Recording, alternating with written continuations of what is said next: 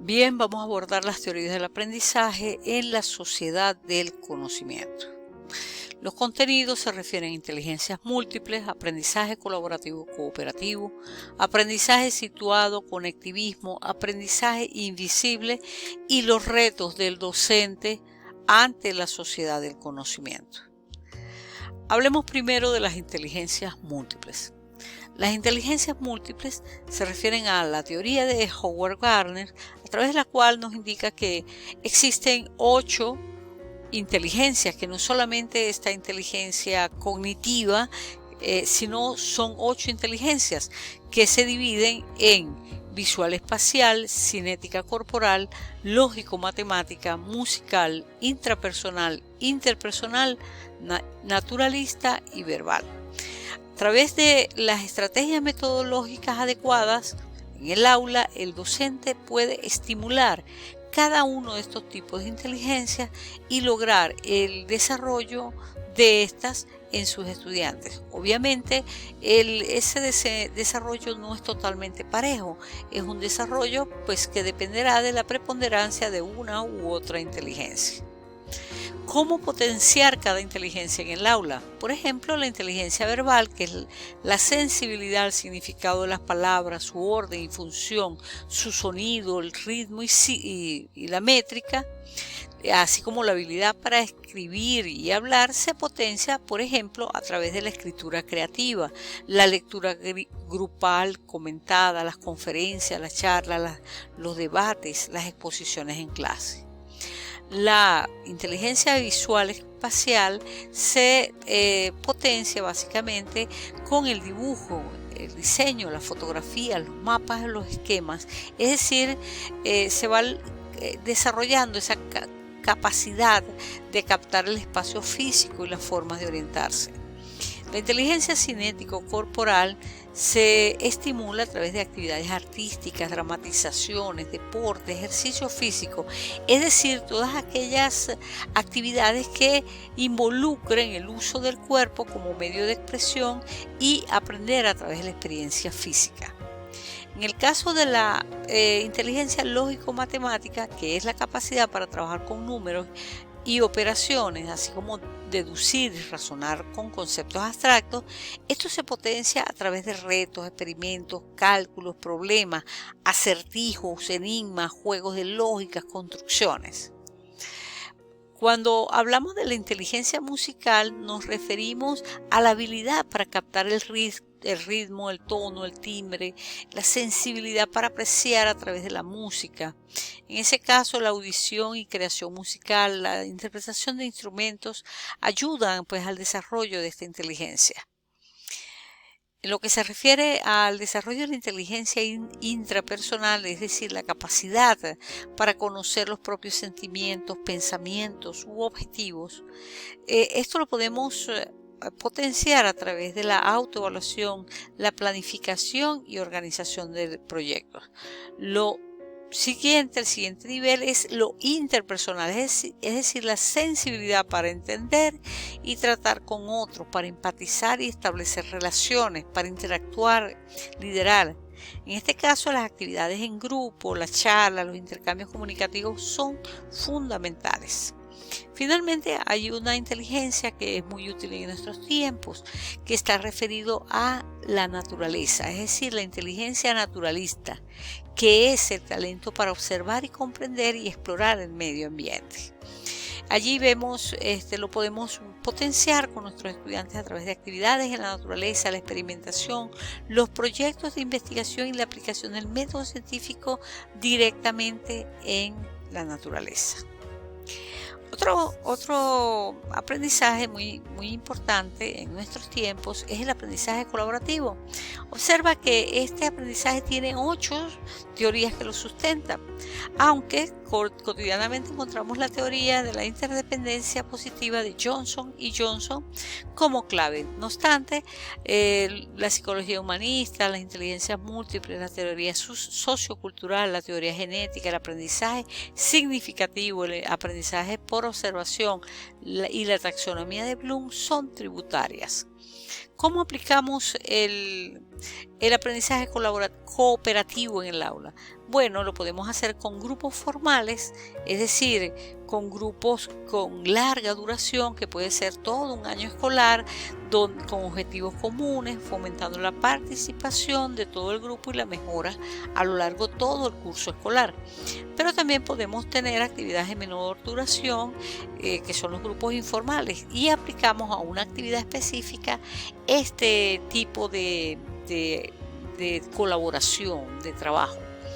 El grupo base es un grupo heterogéneo de referencia a largo plazo, pero que busca la integración a lo largo de varios cursos y a través de diferentes años escolares. Los roles en el trabajo cooperativo son el de secretario, el controlador, el portavoz y el coordinador. Existen diferencias entre el aprendizaje colaborativo y el cooperativo. El aprendizaje colaborativo es más libre, es más abierto. El docente no hace la incursión directa, no está orientando, no está llevando, no está obligando al grupo por la ruta que él desea. En el aprendizaje colaborativo, que es más propio de grupos en edad universitaria, pues estos grupos son más libres para la creatividad, para trabajar a su ritmo. Por ejemplo, en participación, el aprendizaje colaborativo se puede hacer a través del análisis y debate de lo enseñado, y en el cooperativo, alineada con lo que diga el maestro.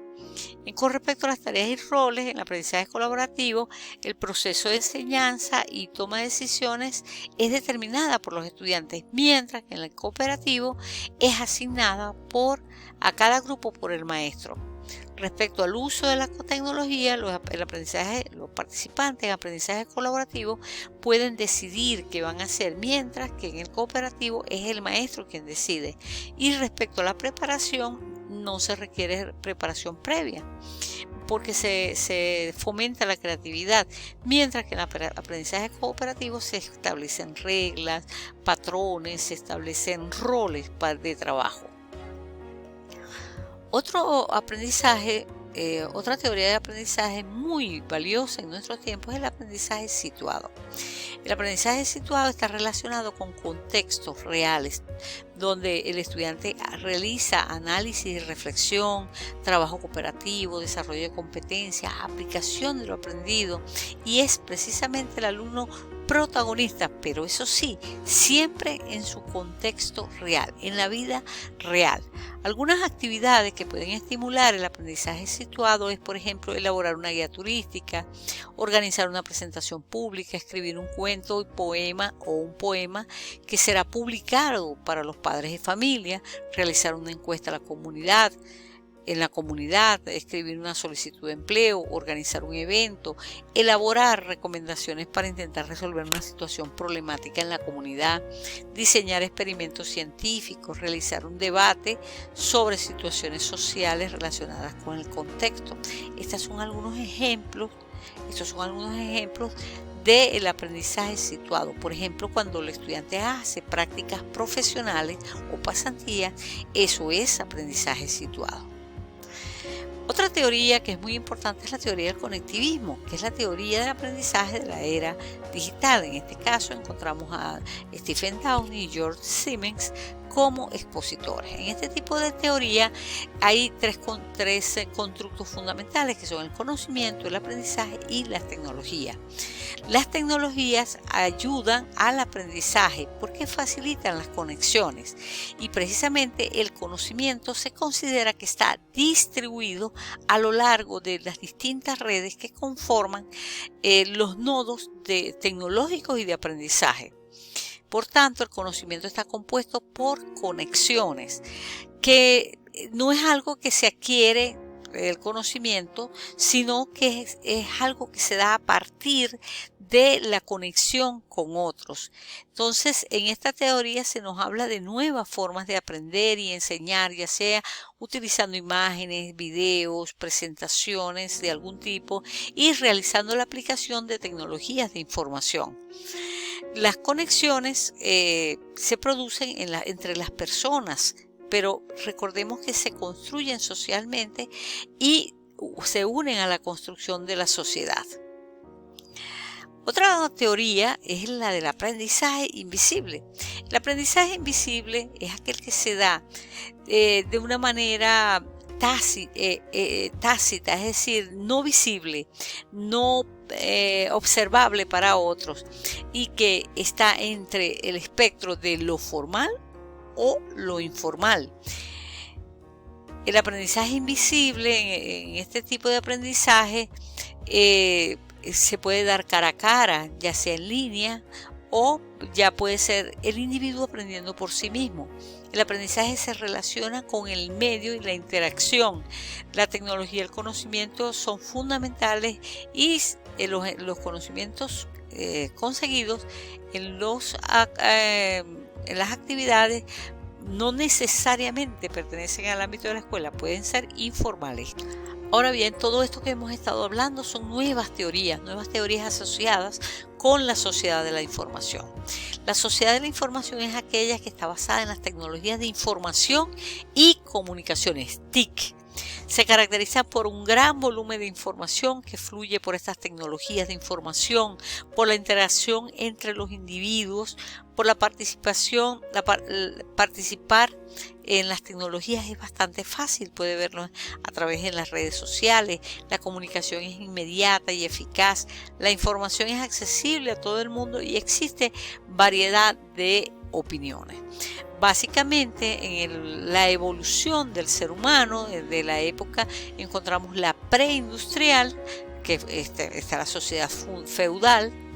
Tenemos la era industrial, que es precisamente aquella caracterizada por una sociedad industrial donde aparecieron los medios de radiodifusión y se produjo el fin de la modernidad. La era postindustrial es la era de la sociedad de la información, una globalización de la cultura donde ya a partir de la aparición del satélite, de la televisión por satélite y la televisión digital, los medios digitales, se ha masificado la información. Otro concepto es la sociedad del conocimiento. Los conocimientos entonces se pueden crear, identificar, organizar, preservar, evaluar, difundir, asimilar o transformar. Pero esto, con la ayuda de las tecnologías que hemos hablado de la sociedad de la información, llevan hacia la innovación. ¿Cuáles son los retos del docente en la sociedad del conocimiento? Bueno, en estos momentos el docente tiene unos desafíos estratégicos muy importantes, tales como la capacidad para enfrentar altos niveles de competencia, la capacidad para lograr niveles elevados de educación, la capacidad de fomentar aprendizaje de educación superior, la capacidad de manejar las tecnologías de información y comunicación y la capacidad de trabajar en redes. Estos son grandes desafíos que enfrentan los docentes. Por tanto, surgen nuevos roles, como es el docente, como analizador de fuentes de información, conocedor en la materia y gestor de la información de la misma, buen administrador de las tecnologías y, como siempre, buen facilitador de los aprendizajes. Entonces, te dejo esta información. Teorías del aprendizaje, no nos quedamos en el conductismo, no nos quedamos en la teoría genética, vamos un poco más allá y las tecnologías se incorporan como una parte fundamental de la educación.